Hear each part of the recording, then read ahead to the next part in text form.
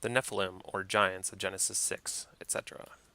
The progeny of fallen angels with the daughters of Adam, see notes in Genesis 6 and Appendix 23, are called in Genesis 6 Nephilim, which means fallen ones, from nephal, to fall.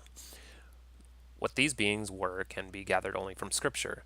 They were evidently great in size as well as great in wickedness. They were superhuman, abnormal beings, and their destruction was necessary for the preservation of the human race and for the faithfulness of Jehovah's word. Genesis 3:15. Was why the flood was brought upon the world of the ungodly. 2 Peter 2:5, as prophesied by Enoch, Jude 14. But we read of the Nephilim again in Numbers 13:33. There we saw the Nephilim, the sons of Anak, which come of the Nephilim. How, it may be asked, could this be if they were all destroyed in the flood? The answer is contained in Genesis 6:4, where we read, "There were Nephilim on earth in those days, in the days of Noah, and also after that, when the sons of God came in unto the daughters of men, and they bare children to them, the same became the mighty men," Hebrew Gibor, the heroes, which were of old, men of renown, literally men of the name, who got a name and were renowned for their ungodliness.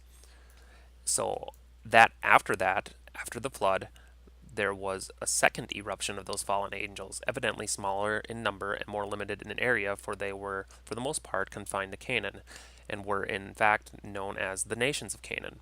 It was for the destruction of these that the sword of Israel was necessary, as the flood had been before. As to the date of the second eruption, it was evidently soon after it became known that the seed was to come through Abraham, for when he came out from Haran, Genesis 12:6, and entered Canaan, the significant fact is stated: the Canaanite was then already in the land.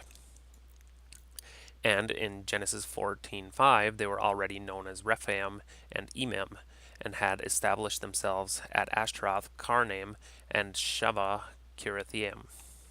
In chapter 15:18-21, they are enumerated and named among Canaanite peoples: Kenites, the Kenizzites, and the Cadmonites, and the Hittites, and the Perizzites, and the Rephaims, and the Amorites, and the Girgashites, and the Jebusites.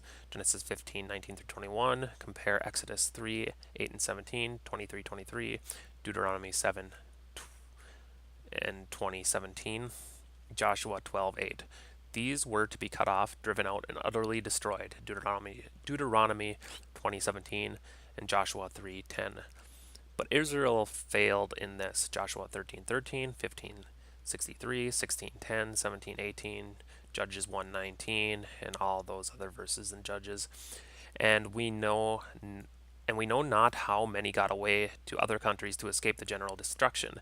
If this were recognized, it would go far to solve many problems connected with anthropology. As to their other names, they were called Anakim, from one Anak, which came of the Nephilim, Numbers 13:23, and Rephaim from Rapha, another notable one among them. From Deuteronomy 2:10, they were known by some as Emim and Horim and Zemzamim, verses 20 and 21, and Avim, etc. As Rephaim, they were well known and are often mentioned, but unfortunately, instead of this, their proper name being preserved, it is variously translated as dead, deceased, or giants. These Rephaim are to have no resurrection. This fact is stated in Isaiah 26:14, where the proper name is rendered deceased, and verse 19, where it is rendered the dead. It is rendered dead 7 times in those 7 verses in Job and Psalm, Proverbs. It is rendered deceased in Isaiah 26:14. It is retained as a proper name Rephaim 10 times, 2 being in the margin.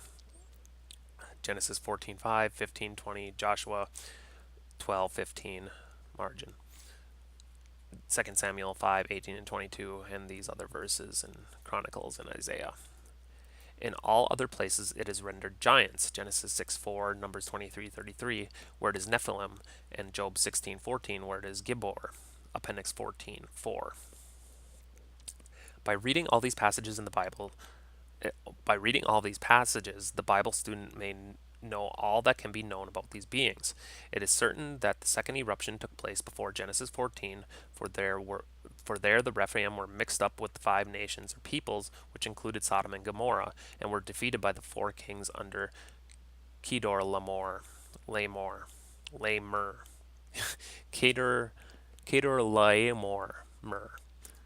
Their their principal locality was evidently Ashtaroth Karnaim, while the Emim were in the plain of Kirithaim. Enoch was a noted descendant of the Nephilim, and Rapha was another, giving the names respectively to different clans.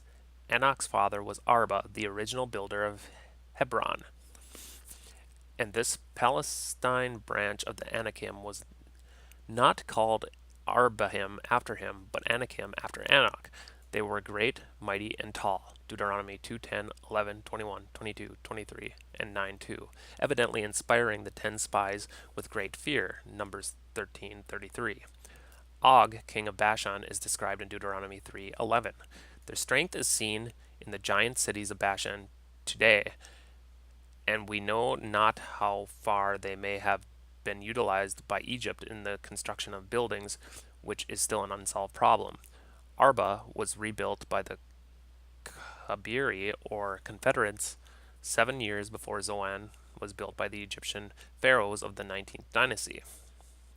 See note on Numbers 13:22. If these Nephilim and their branch of Rephaim were associated with Egypt, we have an explanation of the problem which has for ages perplexed all engineers as to how those huge stones and monuments were brought together. Why not in Egypt as well as in the giant cities of Bashan, which exist as such to this day? Moreover, we have in these mighty men, the men of renown, the explanation of the origin of Greek mythology. That mythology was no mere invention of the human brain, but it grew out of the traditions and memories and legends of the doings of that mighty race of beings, and it was gradually evolved out of the heroes of Genesis 6:4. The fact that they were supernatural in their origin formed an easy step to their being regarded as the demigods of the Greeks.